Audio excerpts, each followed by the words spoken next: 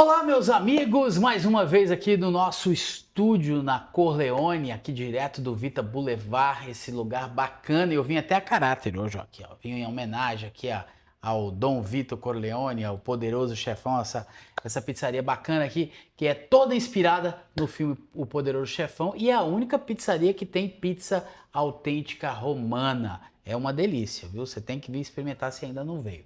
Bom, meu convidado hoje é o psicólogo Paulo Nunes, ele é especialista em psicanalítica, é isso mesmo que eu Eu falei? sou um psicólogo de orientação psicanalítica. Orientação psicanalítica e também especialista na saúde mental masculina. Um tema bastante novo e vamos dizer assim um pouco polêmico, né? Porque apesar da evolução do nosso mundo, da mentalidade das pessoas, os homens ainda têm certa dificuldade de se expressar, tem aquela coisa, tem muito machismo ainda, aquela coisa de que homem não chora e o homem tem que ser forte e acaba reprimindo os seus sentimentos, não é isso, Paulo? Sim, tem isso sim. Kaique, muito obrigado, né, pelo convite, pela parceria, né, e desejo que a gente tenha um bate-papo bem legal, porque o assunto realmente ele é novo, né, os homens estão em xeque na sociedade, nós podemos pensar assim, e não seria errado nós pensarmos que já começamos a pensar a saúde mental masculina um pouco tarde. Porque se a gente considera, pelo menos só de Cristo para cá, a gente tem muita coisa lá para trás que meio que ficou de lado, né? A gente não tinha muito entendimento sobre a importância que deveríamos dar às questões de natureza psicológica para a construção de homens mais saudáveis, né? E para a gente começar bem assim esse papo, sim, infelizmente nós temos aí uma estrutura de sociedade que foi construída que faz com que os homens realmente acreditem que eles precisam reprimir tanto emoções, sentimentos, afetos, e isso se desdobra em um impacto muito grande, inclusive nas relações com as pessoas, né? E é um assunto bem vasto que a gente pode ir destrinchando assim bem devagar. Você costuma atender muitos homens no teu Eu diria consultório? para você que desde quando iniciei o meu trabalho como psicólogo clínico, né, que essa é a minha maior atuação, embora eu também desenvolva outras atividades assim, porque gosto de fazer, 90% da minha clínica sempre foi feminina. No entanto, eu tenho uma equipe que cuida da minha saúde mental e também dos meus estudos, né? Um psicólogo precisa estar sempre em formação. Então, eu tenho 3 supervisores que cuidam um pouco disso. E eles estão muito antenados e ligados no que está acontecendo na sociedade. E percebe-se ali claramente que os homens estão buscando mais a terapia para poder entender um pouco esses movimentos novos da sociedade. Por causa disso, tal qual eles fizeram no passado, né, de conduzir a minha clínica para que eu me tornasse um psicólogo também referência em relacionamentos amorosos, hoje eles estão conduzindo a minha clínica para que eu também me transforme em um psicólogo que tenha uma certa referência no sentido de saúde mental masculina. Diria para você que 40% hoje da minha clínica é masculina, 60% feminina. Já melhorou um pouco, né? Se a gente pensa bem, melhorou de como estava. Apesar de você ter se especializado nessa área de saúde mental masculina, você vê que ainda é um tabu, né? Que as pessoas ainda procuram pouco. A gente pode pensar que pensar a saúde mental masculina, não tem como a gente fazer isso sem a gente minimamente dar uma olhada na história e na cultura, né? E assim, Kaique, a história é muito vasta, né? São temas assim que dariam assim enormes encontros, mas vamos tentar construir um pouquinho. É, e as coisas que trago aqui não são puramente impressões minhas, né? Isso é resultado de estudos profundos que eu me dediquei a fazer, né? E também da prática da observação clínica, aquilo que eu percebo no discurso dos meus pacientes na própria clínica. E, obviamente, a gente junta tudo isso com questões de relacionamentos, vivências com pessoas, né? As relações sociais que, de alguma forma, constroem alguma coisa em nós. A gente precisa entender que pensar saúde mental masculina não tem como a gente excluir elementos culturais, históricos e de estrutura que foram construídos na cabeça do homem. E não tem como a gente não falar sobre patriarcado e machismo. Só uma pequena explicação. O que a gente entende sobre o que é patriarcado, por exemplo? Né? As pessoas falam muito hoje, vamos atacar o patriarcado, isso é culpa do patriarcado. As sociedades, no geral, elas foram construídas dentro desse sistema chamado patriarcado. E o que é o patriarcado? É um sistema político e social onde a figura central é o pai. E nesse pai a gente não fala da pessoa que realmente tem um filho, a gente fala do homem, né? Então o centro dessa estrutura é o homem. Então tudo foi construído de uma forma a priorizar o homem. Quando a gente pensa em machismo, a gente pensa em uma tecnologia que foi utilizada e que até hoje é utilizada para manter este homem no poder, que é o patriarcado. Então a tecnologia ela serve para perpetuar esse poder. Aí você pode perguntar assim, ou talvez os nossos telespectadores possam ter uma dúvida. E qual é o problema disso? O problema é que para que essa figura fique no poder, muitas outras figuras tiveram que ficar abaixo. E se a gente pegar pelo menos 5 livros de história, a gente vai ver que essas figuras que ficaram abaixo do domínio masculino desse sistema sofreram muito. Nós estamos falando de misoginia, estamos falando de machismo, estamos falando de subjugamento da identidade feminina, de castração de tudo que diz respeito a direitos políticos e coisas que são importantes para o universo feminino, por exemplo.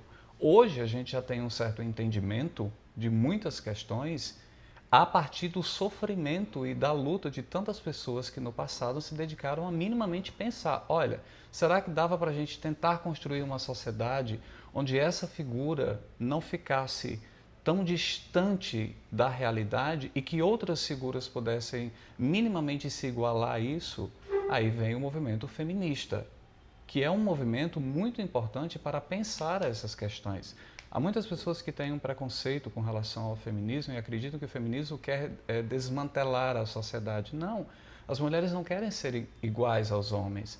As mulheres querem minimamente terem os mesmos direitos que os homens têm, porque elas descobriram no decorrer dos séculos que elas foram excluídas de tudo que diz respeito à sociedade.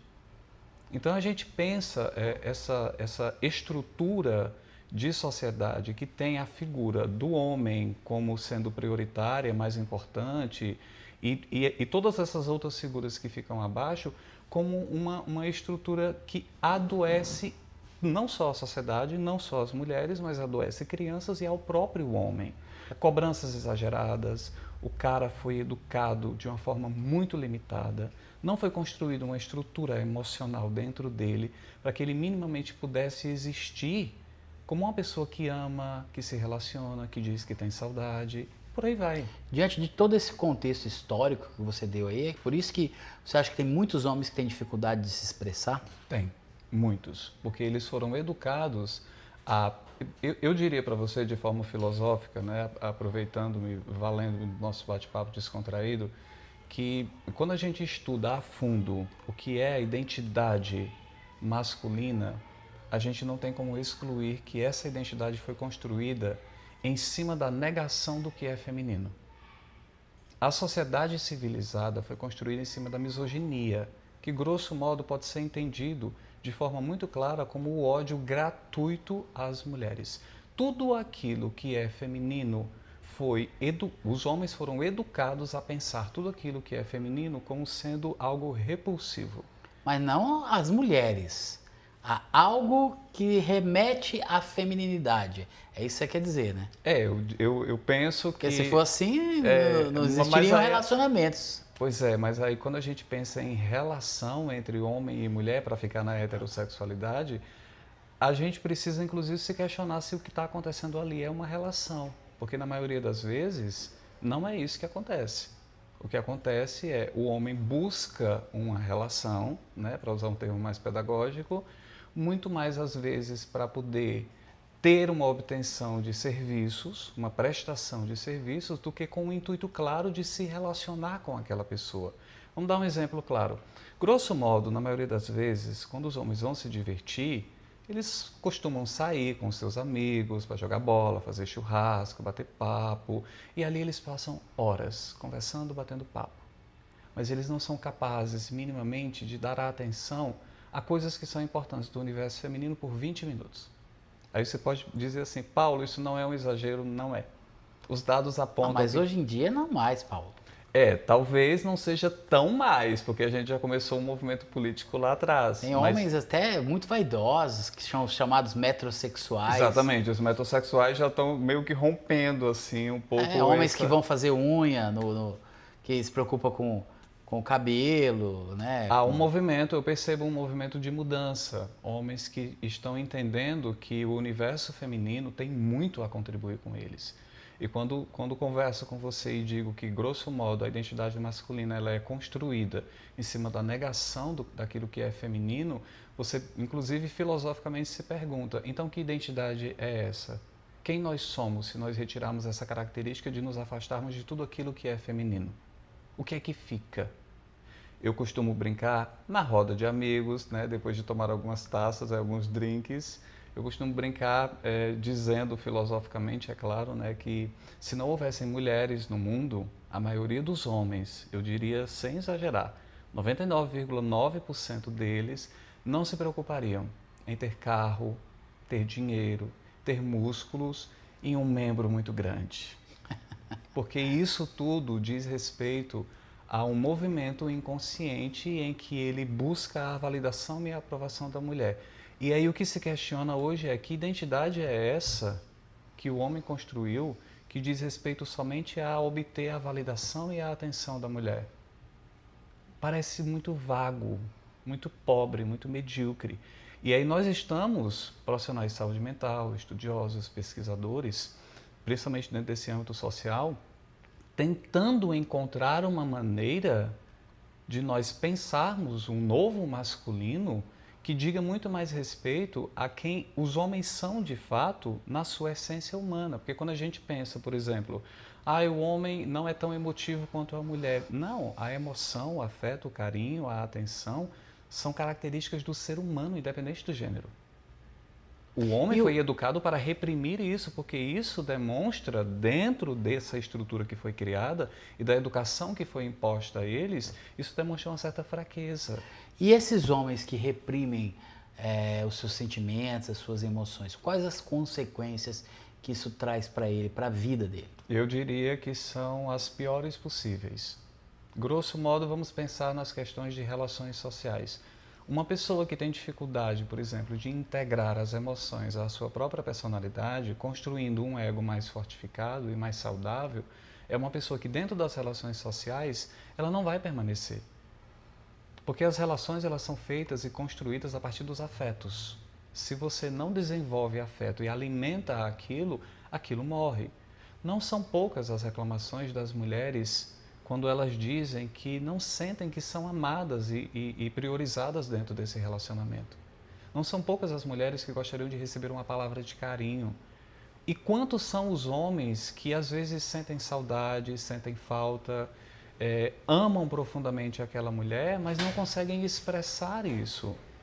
Quando a gente estuda psicanálise, eu sou um psicólogo de orientação psicanalítica, a gente vê que isso, na verdade, é a base da teoria freudiana. Isso para ficar só em Freud, porque tiveram outros autores muito importantes, tanto quanto Freud, na continuação do desenvolvimento da teoria psicanalítica na história. Mas vamos ficar só em Freud.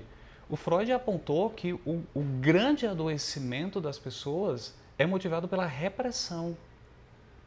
Um movimento onde você reprime quem você é, o que você sente, o que você pensa. Você imagina o quão doloroso deve ser para um homem que gosta de uma mulher, ou até mesmo de um outro homem, e não expressa isso e não diz isso claramente. Mas isso também vale para as mulheres, né? Vale, mas grosso modo as mulheres, como foram trancafiadas dentro de casa, elas desenvolveram uma coisa que nós não desenvolvemos. Mas hoje em dia, como você falou aí do movimento feminista, tem muito também o que está acontecendo, que eu acho que a sociedade está adoecendo, porque está havendo uma inversão de valores. Mulheres que passam a ser muito fortes, querendo demonstrar que são fortes, que são capazes para competir de igual para igual com o homem no mercado de trabalho, por exemplo, e essas mulheres acabam reprimindo a sua feminilidade. Sim. Porque por mais que exista o feminismo, as mulheres acham que tem que haver direitos iguais, emocionalmente, fisicamente, as mulheres são diferentes dos homens. Sim, sim. E isso Os precisa ser homens- respeitado, inclusive a partir da biologia. né? Mas tem mulher que não aceita. A mulher, Ela por quer exemplo, ser a mulher, por exemplo, igual ela ao tem, homem. sim, e eu acho isso tão danoso no sentido de ser perigoso, quanto o movimento dos homens de reprimir os seus afetos. E aí né? casamentos acabam se destruindo porque acaba havendo uma competitividade dentro É o que do grosso modo relacionamento. acontece. né? A mulher que vai para esse papel, que tenta assumir esse papel de ser maior que o homem, ela está tão errada quanto o homem que não tenta minimamente se aproximar emocionalmente daquela pessoa que tem muito para te oferecer. Porque se a gente pensa bem, as mulheres, como dizer, como foram trancafiadas dentro de casa, né, para usar uma palavra assim um pouco mais drástica, né, só filosoficamente falando, elas desenvolveram a capacidade de pensar, de refletir, de ponderar. Quando a gente pensa em intuição feminina, E olha que incoerência. Antigamente as mulheres eram proibidas de falar, né? e elas têm muito o que falar, né? E a gente está tentando caminhar para essa sociedade onde as pessoas escutem um pouco mais aquilo que as mulheres têm para falar. Mas só para a gente contextualizar um pouco, elas desenvolveram isso a partir da reflexão, do pensamento, porque estavam dentro de casa.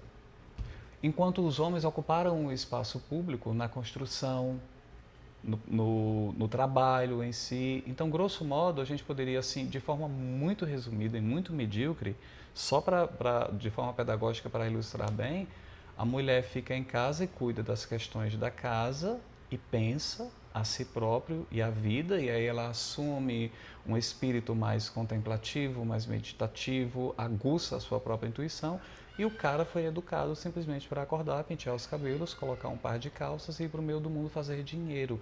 É esse papel que é pobre diante da beleza masculina. Um homem não serve somente para ter um bom cartão de crédito, um pau duro e colocar dinheiro na conta da família. Isso é muito pouco diante daquilo que os homens conseguem oferecer. E esses impactos do qual Mas o homem não deixa de ser o provedor, né? Da sua ele família. pode ser, como também em algum momento a mulher pode ser também. E aí a gente pensa em questões de o homem o homem da pós-modernidade talvez esteja sendo convidado a construir um outro papel social que é muito mais abrangente que esse que ele está acostumado. Por que a gente vê hoje tantos jovens, né, tantos adolescentes inseguros, perdidos, desorientados, agarrando-se a mentalidades extremamente reacionárias? Por que a gente vê um aumento da misoginia e do feminicídio no Brasil? Kaique, o que se matou de mulheres de janeiro para cá, nesse ano de 2026, não está assim no gibi. Sim, É assim uma coisa absurda. Por que os homens estão matando as mulheres? Porque ele não um está dado alarmante. É um realmente. dado alarmante. Deixa eu te fazer uma pergunta. O que acontece também que a gente vê muito hoje as mulheres, tem mulheres que reclamam que o seu marido acaba se tornando marido-filho. Porque os homens, hoje em dia, estão muito mais infantilizados que os homens de 40, 50 anos atrás. Por que você acha que isso acontece? Eu diria que, assim, para a gente pensar, né, filosoficamente para a gente pensar, sempre foi assim. Se você se dedicar mesmo ao estudo da história, dos comportamentos masculinos e femininos, né, das dinâmicas sociais que eram empregadas a partir da instituição do casamento, por exemplo, você vai ver que a mulher ela sempre teve esse papel de também ter paciência, cuidar, educar, continuar o trabalho da mãe. Mas antes, o homem, ele era mais aquela coisa do homem de terno, gravata, né, charuto. E agora não, hoje o homem está muito voltado a coisas que ele fazia na infância. É videogame, é coleção de um monte de coisas. Por que você acha que isso, Eu penso que essa preservação das coisas da infância permanecem na vida adulta? Eu penso que a infantilidade masculina, se a gente pensa a partir de um prisma psicológico, está ligado justamente à não integração de um mundo emocional sentimental e afetivo que existe dentro de nós como seres humanos, independente do que tenhamos no meio das pernas, e isso se desdobra em comportamentos imaturos e infantis. Como dizia, na minha opinião, sempre foi assim. O que está acontecendo, que eu acho que entra aí a sua pergunta para a gente pensar, o que está A gente acontecendo... pode pegar até o cinema.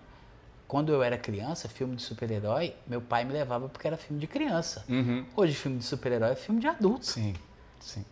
O que está acontecendo é que hoje, como a mulher saiu de dentro da casa e foi para a sociedade, o que foi uma coisa fantástica de ter acontecido, e elas estão arrebentando, elas estão dando um show na construção de uma sociedade onde minimamente a gente está conseguindo pensar questões que a gente não pensava. Hoje a gente vê dados alarmantes de crianças que foram abusadas na infância, comportamentos extremamente masculinos e grosseiros de repressão. E as mulheres estão fazendo um trabalho de pensar a sociedade de uma outra forma.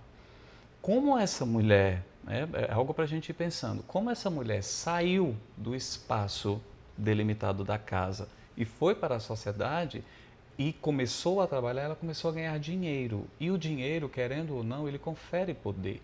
Então, quando a mulher foi e ganhou o dinheiro, ela ali empoderada, cheia de poder, ela começou a pensar que tinha muitas coisas que não faziam sentido. Então, ela começou a evoluir. Nessa evolução, ela esperava que o cara fosse com ela para esse lugar. E o cara não foi. E ele não foi por quê? Porque dentro dele, ele não tem uma estrutura sólida, minimamente, para se questionar se os comportamentos dele são saudáveis ou não. Mulher minha, por exemplo, não sai de minissaia. Isso já está meio que ultrapassado. Pois é, mas ainda existe. Ainda existem pessoas que pensam assim. Ainda existem pessoas que reprimem o sentimento, por exemplo, por uma mulher, só porque lá atrás, em algum momento, essa mulher que era solteira ficou com um amigo dele. Ainda existem pessoas que decidem impor a sua vontade dentro de casa na base do tapa e da violência. Isso. Tanto é que existem tantas questões de Maria da Penha, né? Então, para responder a sua pergunta, para a gente pensar, eu acredito que a infantilidade e a imaturidade masculina, a partir de um ponto de vista psicológico, está ligado a esse papel que nós construímos para o homem, de ele não se permitir dar uma olhada nesse mundo interior que existe dentro dele. As mulheres saíram de casa, construíram uma sociedade muito mais interessante nesse sentido de pensar as questões, o cara não evolui. Só para você ter ideia, saiu uma reportagem recentemente a partir de uma pesquisa que foi feita e apontou que as mulheres, quando estão sozinhas, sem um relacionamento, elas viajam, saem, se divertem, fazem terapia, leem livros, fazem pós-graduação. O cara, quando ele não está dentro de um relacionamento, grosso modo, ele se afunda com substâncias tóxicas, e aí eu estou incluindo álcool, drogas, cede demais aos impulsos da pornografia, por exemplo, e passa a se tratar como um lixo. As mulheres hoje, e isso não é algo que eu estou pensando, a Vogue fez uma reportagem baseada nesse estudo e o título da reportagem era esse: as mulheres não estão mais interessadas em relacionamentos porque os homens estão economicamente indisponíveis e emocionalmente irrelevantes. Ou seja, a construção de uma sociedade feminina, porque já tivemos uma sociedade masculina, está fazendo com que os homens fiquem apavorados, extremamente ansiosos, depressivos, perdidos, desorientados, sem saber direito para onde estão indo. E aí eu pego esse gancho para te dizer que eu acho que muitos desses homens que se sentem ameaçados, eles partem para a violência. Exatamente. Por quê? Se a gente pensa em um movimento que nós, profissionais de saúde mental, estamos extremamente preocupados no que diz respeito à saúde masculina, é o movimento Red Pill, que hoje é assim, um vespeiro. O que é Red Pill? Explica. O Red Pill é uma filosofia que tenta, de alguma forma, fazer com que os homens se enxerguem como eram vistos 300 anos atrás, cheios de poder, de autoridade. Então, dentro da cabeça de uma pessoa que adere a essa mentalidade, a essa filosofia, a mulher não é para trabalhar, a mulher tem que obedecer, ela precisa simplesmente cuidar, fazer com que a casa que ele comprou torne-se um lar. Essa mentalidade faz com que, principalmente adolescentes, adultos jovens, entendam que há um movimento que precisa retroceder para a coisa voltar a funcionar. Só que o que eles não consideram é que isso não é um papel legal para as mulheres. As mulheres não estão mais dispostas a isso. E aí o que acontece? Vamos generalizar, né? Tem algumas mulheres que são extremamente machistas, eu concordo com você. Mas tem umas também que querem mais ser Por sinal, sustentada pelo marido, tá de boa. Sim, e tá tudo bem, Aham. desde que você queira isso. Desde que existam outras opções e entre as opções no entanto, é importante inclusive compreender que as mulheres machistas inclusive reforçam os comportamentos machistas e tornam os homens cada vez mais violentos, porque elas exigem que eles fiquem em um papel que a gente já descobriu no que diz respeito à história que não é legal. Não é legal não somente para as mulheres, sabe, Kaique? Quando eu trabalho com psicologia clínica há muito tempo, e eu vejo nitidamente, a partir da teoria psicanalítica, o quanto de sofrimento existe nas pessoas por terem se sentido abandonadas por seus pais. Sim. Esses dias eu atendi um dos meus pacientes, tem 63 anos de idade. Ele abriu a sessão e ele foi para um lugar bem mais lá para trás, para falar um pouco da infância dele. E ele disse: doutor, eu nunca recebi um abraço de meu pai. Eu nunca escutei que o meu pai me ama. E aos 63 anos aquele homem chorou, porque aquilo é abandono. Por quê? Porque o pai não amava ele? Não, porque o pai foi educado a achar que a única coisa que uma criança precisa é um teto para dormir e um prato de comida. Isso é pouco quando a gente pensa em questões emocionais e que inclusive contribuem para um bom desenvolvimento de uma criança que vai se tornar um adolescente e um adulto saudável. Deixa eu te fazer uma pergunta. Você também, ele é escritor, né? Sim. Você é autor dos livros Meu Irmão e Eu e Castrado. Esses livros também tratam dessa questão de saúde mental masculina? Os livros Meu Irmão e Eu e Castrado, eles fazem parte de uma tetralogia, né? Mais ou menos em 2016, né? Uma história muito interessante chegou aos meus ouvidos e eu decidi contar essa história, né? Que infelizmente aconteceu. Né? Eu gosto de escrever sobre histórias verídicas, é um apreço que eu tenho, assim. São histórias do consultório? Não são histórias. Não. Na verdade, aconteceu com um amigo meu, né? Infelizmente ele já é falecido, né? E ele me contou isso e eu achei a história dele muito interessante. À época eu era estudante de psicologia, e ele me fez esse pedido. Ele disse assim: eu queria muito que você escrevesse a minha história. E eu dividi a história dele em 4 livros, né? Então, esses livros, eles abordam questões muito ligadas a trauma psicológico, desenvolvimento de personalidades extremamente agressivas, também a partir dessas questões de um machismo ali que acontecia dentro do âmbito familiar, né? E eu optei por dividir em 4 livros. Existem 2? Desses 4, 2 já foram publicados, Meu Irmão e Eu e Castrado. E você está trabalhando no O Canalha Honesto. Pois é, O Canalha Honesto que sai esse ano. É uma outra história que não faz parte dessa tetralogia, né? E é uma história muito interessante que traz também questões de saúde mental masculina. O Canalha Honesto, ele vai fazer uma exploração muito, eu diria, ousada do que realmente acontece na mente de um homem que não se trata, que não cuida das questões emocionais e que vive meio que à deriva assim na sociedade e que talvez se acovarde diante da exigência de ele próprio escrever a cartilha de vida dele. Eu gosto de pensar que o Canalha Honesto, que é um personagem, né, livremente inspirado também em uma história verídica, né, eu gosto de pensar que o Canalha Honesto é uma homenagem a Nelson Rodrigues.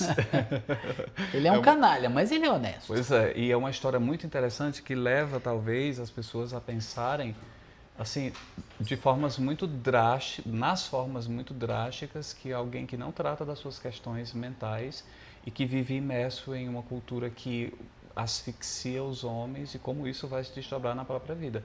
É um livro não recomendado para menores de 18 anos e para pessoas mentalmente instáveis. Quando é que sai esse livro?